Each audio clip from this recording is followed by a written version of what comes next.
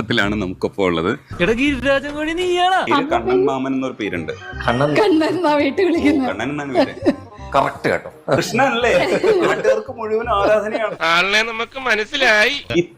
ഇത്രയേറെ ഗ്ലാമറസ് ആയിട്ടുള്ള ഒരു മനുഷ്യൻ, അങ്ങനെ ഒരാൾക്ക് ഈ പ്രണയത്തെ എങ്ങനെ ഇത്രയും മറച്ചു വെക്കാൻ കഴിയുന്നത്? അതൊക്കെ ഗോപാലകൃഷ്ണൻ ഒരു നമ്പർ അല്ലേ? നല്ല പ്രണയങ്ങളൊക്കെ ഉണ്ടായിട്ടുണ്ട്. ഭയങ്കരമായിട്ടുള്ള പ്രണയങ്ങളൊക്കെ ഉണ്ടായിട്ടുണ്ട്. ഇവൻ പ്രേമരോഗിയാണ്. സ്കൂളിൽ പഠിക്കുമ്പം ഒരു ബന്ധം, അത് കഴിഞ്ഞിട്ട് കോളേജിൽ പോകുമ്പോൾ വേറൊരു ബന്ധം, അത് കഴിഞ്ഞിട്ട് തൊഴിൽ അന്വേഷിച്ച് നടക്കുമ്പോഴത്തേക്കിന് ഇതൊന്നും അല്ലാത്ത ഒരു ബന്ധം. അതിൽ ആദ്യത്തെ ഫയല് ഒരു 1.5 വാട്സപ്പ് ചാറ്റാണ്. നമുക്ക് പല കാലഘട്ടത്തിൽ പല ബന്ധങ്ങളാകാൻ പാടുണ്ടോ എന്ന് ചോദിക്കുന്നത്. അപ്പൊ ഞാൻ പറയുന്നത് അതൊക്കെ നമ്മുടെ ഓരോ വികാരങ്ങളാണ്. ഞാൻ പ്രേമത്തിന്റെ ആരാധകനായ ഒരു വികാര ജീവിയാണ്.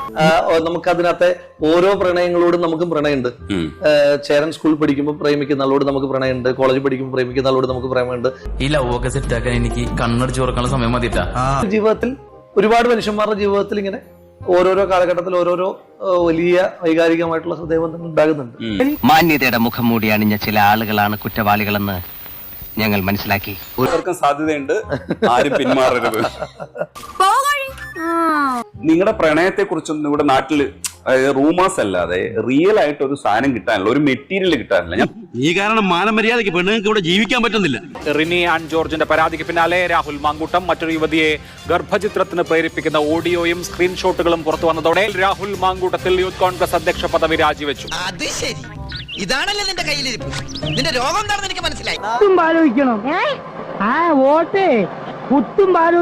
തെറ്റ് ചെയ്തിട്ടില്ല എന്ന വാദം ദുർബല ന്യായങ്ങളോടെ ആവർത്തിച്ച ശേഷമാണ് രാഹുൽ രാജി പ്രഖ്യാപിച്ചത്. ട്രാൻസ്ജെൻഡർ ആക്ടിവിസ്റ്റ് അവന്തികയും ദുരനുഭവം വിവരിച്ചു. കാര്യങ്ങളൊക്കെ കൈവിട്ട് പോയല്ലോ. കയ്യിന്ന് പോയടാ ചാർലി.